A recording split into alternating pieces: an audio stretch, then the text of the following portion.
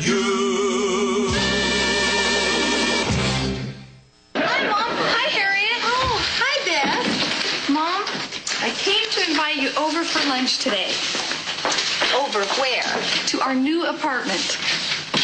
You and Mark moved out of the motel. Yeah. The desk clerk was really sad to see us go. He said we were like family. We were the only people who stayed for more than 2 hours. Well, when did you move into the new apartment? 3 days ago. See, we wanted to fix it up a little before you saw it. I really want you to like it, and I'm afraid it still needs some more work. Oh, I'm sure it's wonderful. Oh, I can't wait to see it. Let's go over there right now. Well, can you get away? Oh, sure. Dan, would it be possible for me to leave early sometime? Sure, if it's an emergency. Good. See ya. You've got an emergency? I'll owe you one.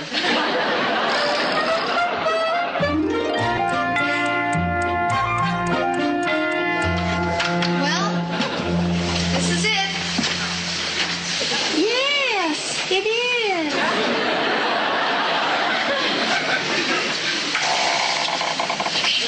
I know it's kind of small, and there's not a lot of light. It's pretty run down, but it's our home. You don't like it, do you? Oh, Bess, I didn't say that. Tell me, did you and Mark look at a lot of places that weren't this nice? A few. I know it's not a palace. No, but it has a certain charm. Really? What do you like about it? Well, it's, the question is, what do I like about it? That is a fair question. It needs paint. Paint. Yes, it could stand some paint, but only where the other paint is dangling. Well, but it has a character all its own. And look, there it has a window. Oh, imagine having a window.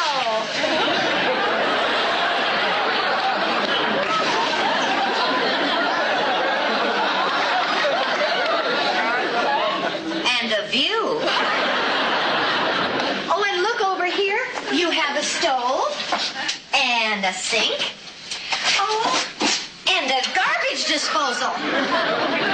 Well, you're comfortable. You're well equipped.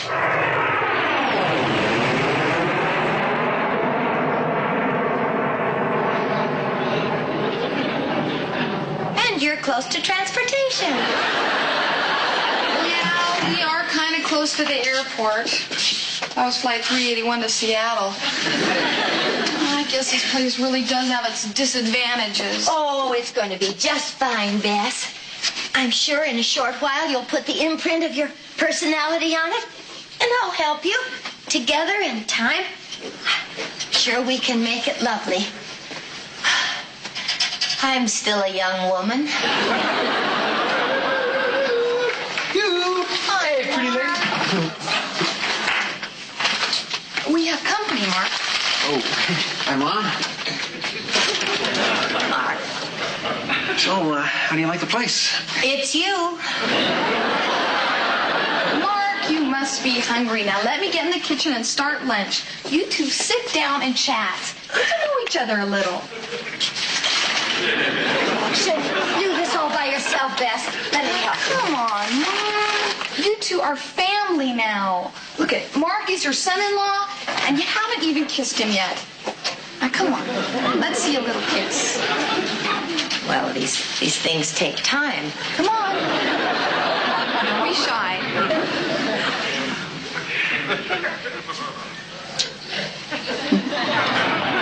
Well, that should carry us through November. Come on, I don't want anybody in my kitchen. Now sit down and talk. I'm sure that once you two get to know each other, you're going to love each other as much as I love both of you.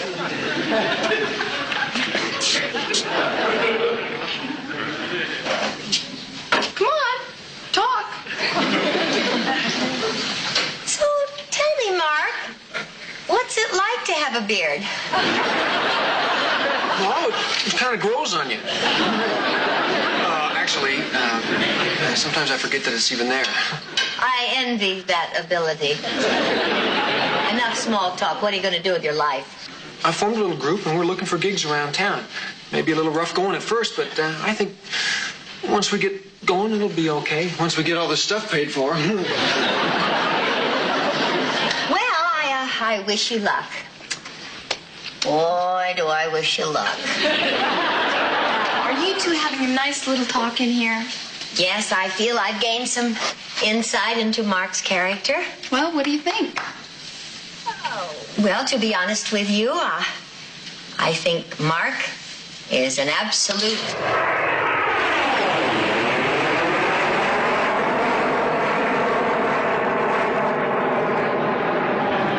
And nothing's going to change my mind.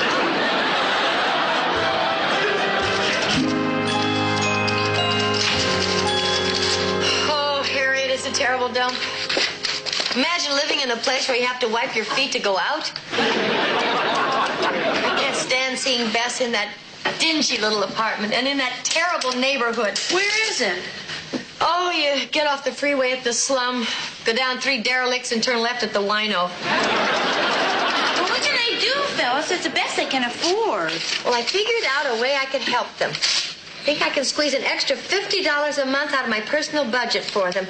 That way, they can move into a better place. Gee, that's nice of you, Phyllis. It's gonna hurt. I'm really gonna have to cut it back to the bone. No more oil of Pierre in my bath. Oh, but I'm used to making sacrifices for Bess's sake. Have they agreed to accept the money? Well, I haven't made the offer yet. I asked Mark to stop by today so I could talk to him about it. Well, I have to do something to get them out of that terrible, disgusting slum. You're a supervisor. Why don't the city tear down these buildings and rebuild them? Oh, we'd like to, but you have to realize it would cost 3 times as much to put up the same slum today.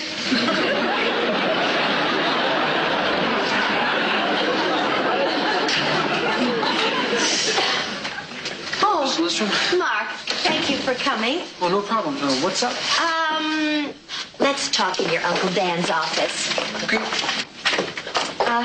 Mark, sit down. I'll come right to the point. I hope what I say won't offend you, but I think you should know that Bess is simply not accustomed to the sort of life she is now leading. Thanks, Mom. No, Mark, you don't understand. I'm trying to say that Bess has lived her life, if not in luxury, at least in comfort. I am prepared to offer you $50 a month to improve my daughter's situation. Oh, I'm sorry, Mrs. Lindstrom. I wouldn't leave Bess for any amount of money. I am offering you $50 a month so the two of you can move into a nicer apartment. Oh. Well, gee, Mrs. Lindstrom, that's really nice. But I can't take your money. Why not? I just couldn't. Oh, Mark, come on. Tell me why. I'm Bess's mother. I have a right to know. Well, you can't afford it. You're not making that much money as it is. Who knows how long you'll keep this job or what your chances would be of finding another with your lack of education and experience. You have little hope of marrying again, and you're going to be in your golden years before you know it. I get the idea, Mark. But I want you to know, Mom, that whatever happens, you can always come live with us. Oh, thank you anyway, Mark. Kind of had my heart set on a nursing home. Thanks for offering the money, though. I'm really touched by that.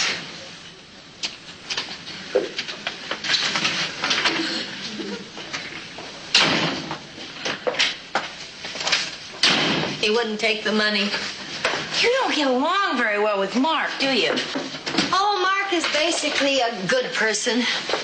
I'm convinced that somewhere under all that hair is a son-in-law. I just wish he were able to offer Bess a better life, a better place to live. If I had a place of my own, I could ask him to move in with me.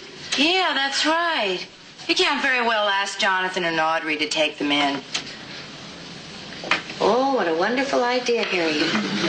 I could ask Jonathan and Audrey to take them in. No, I can't do that. How could you even suggest a thing like that, Harriet? Sorry. But I'll bet if Jonathan saw the dump they're living in now, he'd come up with the idea himself. I'll have Bess invite Jonathan and Audrey over to dinner.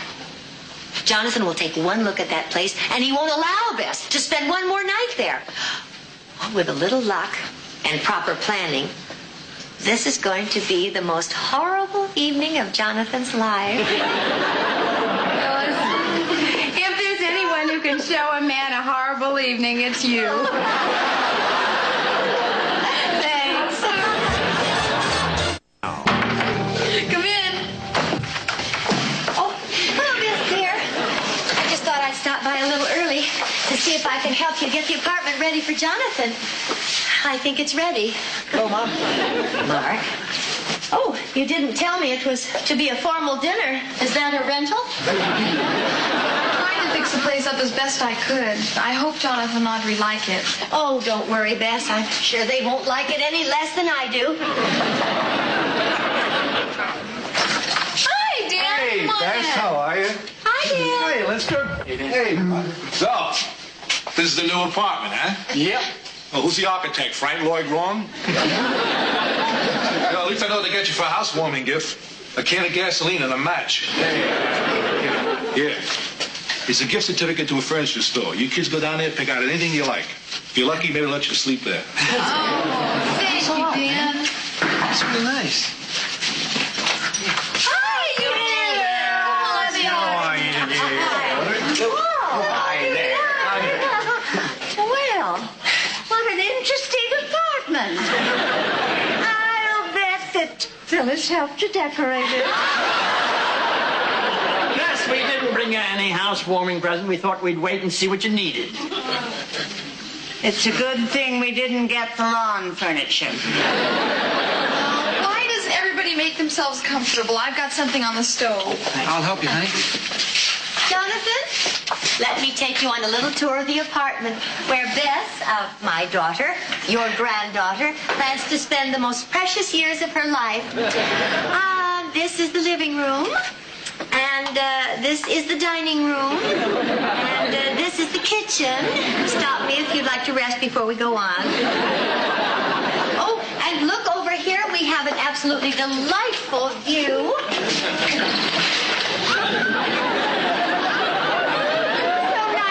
Neighbors that don't fight. Well, the apartment has so many fascinating features. I hope I haven't left anything out.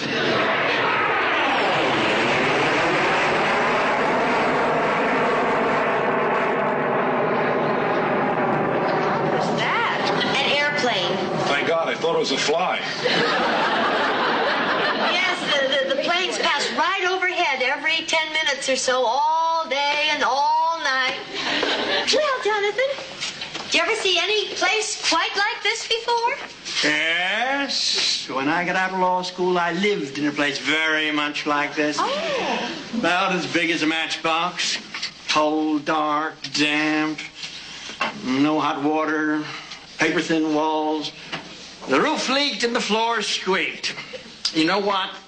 What, Jonathan? I spent 2 years of my life in that miserable little room, and they were the happiest years of my life. How I envy you two.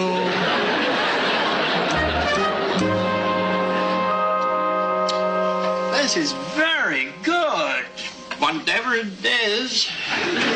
Wondering what it was myself. Well, it's bean sprouts, beet tops, alfalfa sprouts with bran flour, and you cook it all in the wok, and then you cover the whole thing with yogurt. I think that's more than I need to know. Phyllis, you haven't eaten a thing. Aren't you feeling well? Oh, no, I'm just fine. I just feel a little guilty having all this wonderful food when there must be so many mice in this building going to bed hungry. It was really an absolutely delicious dinner, Beth. Yes. Oh, very good. Thank Excellent. you. Well, would anybody like some more? No, I don't want it, really. Stop. Well, there'll be a slight delay before dessert. We have to go and get it. It's in Mrs. Paterno's apartment downstairs. We don't have a freezer up here.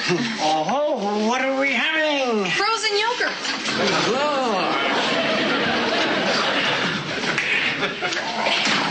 Well, those kids seem happy. Ah, they're young and they're in love. Right. What else could they ask for? Money. Lots of money.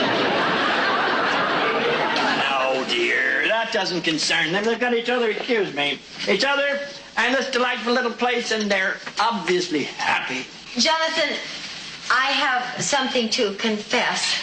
I arranged to have Bess invite you and Audrey tonight here. I hope that when you saw this rat trap, you might invite Bess and Mark to come and live with you. It was a foolish little charade, and I'm very sorry. Phyllis, if you wanted them to come live with us, why didn't you just ask? You mean you would have said yes? Of course not. But you could have asked. Jonathan, please, won't you just think about it? I know it's a terrible imposition, and you've done so much for me already. I don't know where I get the gall to ask. Neither do I, dear. But all right, Phyllis. Let me think about it. Thank you, Jonathan. Let's get rid of this yogurt, Audrey. Good idea. Be room for the yogurt. Thanks. I wish I knew what to do, Dan. Obviously, this means a great deal to Phyllis. But I'm a very private person. You see, I got used to living in that big house alone. And I married Audrey, and she moved in with me. Then Phyllis moved in. Then Bess moved in. It's gotten so now, every time I hear a knock on the door, I break out in a cold sweat. Jonathan, the way I look at it, I don't think you have a problem here at all. I don't. Remember what you said before about how much you love your little place like this? Don't you think Bess and Mark feel the same way? This apartment has been the greatest thing in the world for them because it's their home. I mean, they wouldn't give it up for the world. You really think so? Of course not. And you're absolutely safe in inviting them. And they won't accept, and you're off the hook with Phyllis. Of course. It's the perfect way to keep Phyllis quiet. Judge, take it from an expert. There is no perfect way to keep Phyllis quiet. This comes close. Thank you, Dan. That's very good advice. Dessert, anybody? I'm sorry. That's all right. Before we have dessert, just sit down, dear. There's something I'd like to say. Bess, Mark, how'd you like to come live in my house? Are you kidding? Just give us 10 minutes to pack. Thank you. Oh, can you believe it? We're finally getting out of this dump. Thanks a million, Pops. Thank you, Jonathan. Me too. So am I. Dan, I hope you're happy too. Oh, Jonathan, you're a wonderful man.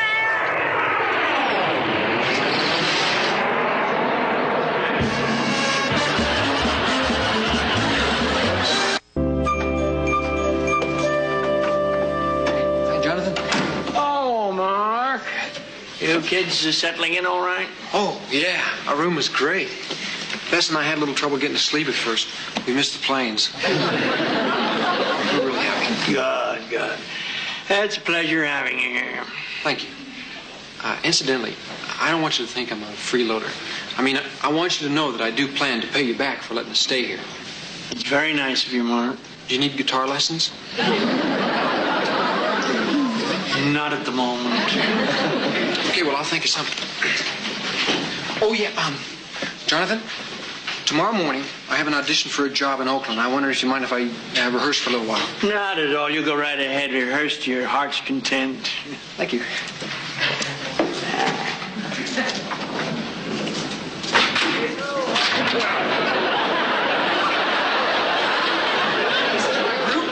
Charlie? Steve? Red? This is Judge Dexter? How you doing? Hello. You were judge, eh? Who? Well, what do you judge? Beauty contests? No, I'm a judge in a court of law. Oh, well, don't feel bad. You know, it takes all kinds. Tell me, Charlie, do you rehearse much, you fellows? No, not much. 3-4 hours a day, 3-4 hours a night. Where do you usually rehearse? Oh, we usually rehearse at my house, but we got a lot of complaints from the bowling alley next door. Now we got this place. It's dynamite. Dynamite. You don't have any bowling alleys around here, do you? No. Oh, I see we have guests. Jonathan, why don't you introduce us to your friends? Charlie, Red, I'd like you to meet my grandmother, Audrey Dexter, and my mother, Phyllis Lindstrom. Oh, yeah, no kidding. Hey, you know, you two look just like sisters. Oh, you really think so? Oh, no, not you and her. You and her. Won't you got it on roses?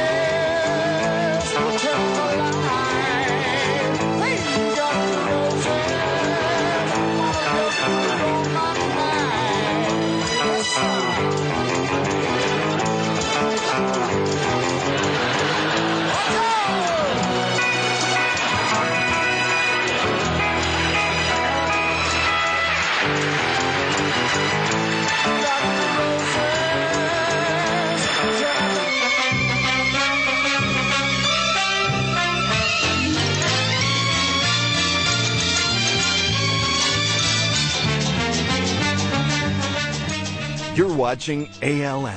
Here's what's coming next.